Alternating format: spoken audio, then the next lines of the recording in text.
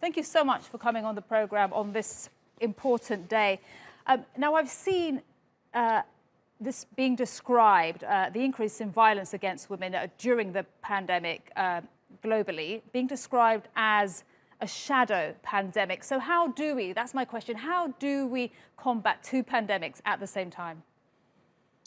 Well, that's a very good question, but indeed it has been called a shadow pandemic just because it is so pervasive. Women have been experiencing violence against them for the simple fact of being a woman for decades and years, if not centuries. So this is really something that needs to be addressed, and it is precisely on the basis of the Istanbul Convention, a European treaty on violence against women, that this can be done because it offers a really good starting point for governments to take measures to protect and prevent this from happening. And what can this year's International Day for the Elimination of Violence against Women, what can this contribute, what can this change just to stop continued and the rise in violence against women? I think it's a really important day to take stock of, of what is needed. We've all seen the data. We've seen, since the spring when the first lockdowns were in place, we have all been noticing a stark increase in not only domestic violence, but also, for example, online violence against women. The more time is being spent in front of computers, online violence also increases. So we all see the data. We know it's pervasive. We know it needs to be tackled. And today is a good day to take stock of the measures and the tools that are out there, because many governments are taking very good action. There are many good examples to follow. And this is a really important day to take stock and to take action for the next for the future. And we're just seeing on our screens now a protest to mark this day, the International Day for the Elimination of Violence against Women, taking place in Paris right now.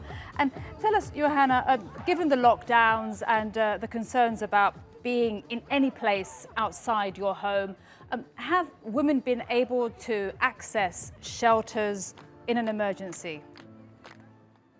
Yes, and to a large extent they have been able to, because many countries in Europe try to ensure that shelters would remain open at all times by declaring them essential services. This wasn't done everywhere, but there was a lot of emphasis placed on the need to make it possible for a woman to leave her house and make it to the nearest shelter or reach the police. And we've seen quite a few interesting approaches taken here. For example, in some countries, the police actively went through databases of women who may have in previous times reached out for help, and they called up every single one of them to make sure they were aware of the fact that police services, of course, continue to operate and that they're there to help and to find a way out. So we've seen quite innovative practices, and this is really the way to go. And you mentioned cyber violence. Tell us a bit more about what that looks like.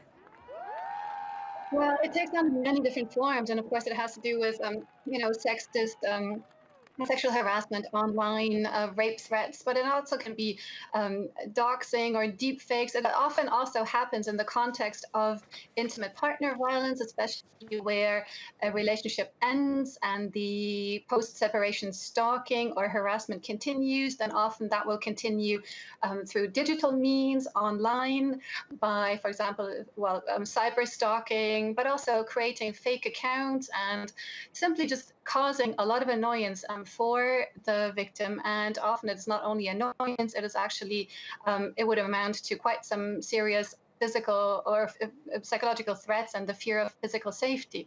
So this is something that has been commented on quite widely, and the more time and possibilities there are to spend in front of computers and on social media, the more we have been witnessing an increase in all of this behavior. Thank you so much. Johanna, Nelles, speaking to us today on the International Day for the Elimination of Violence against Women. We really appreciate your time and your thoughts. Thank you. Thank you.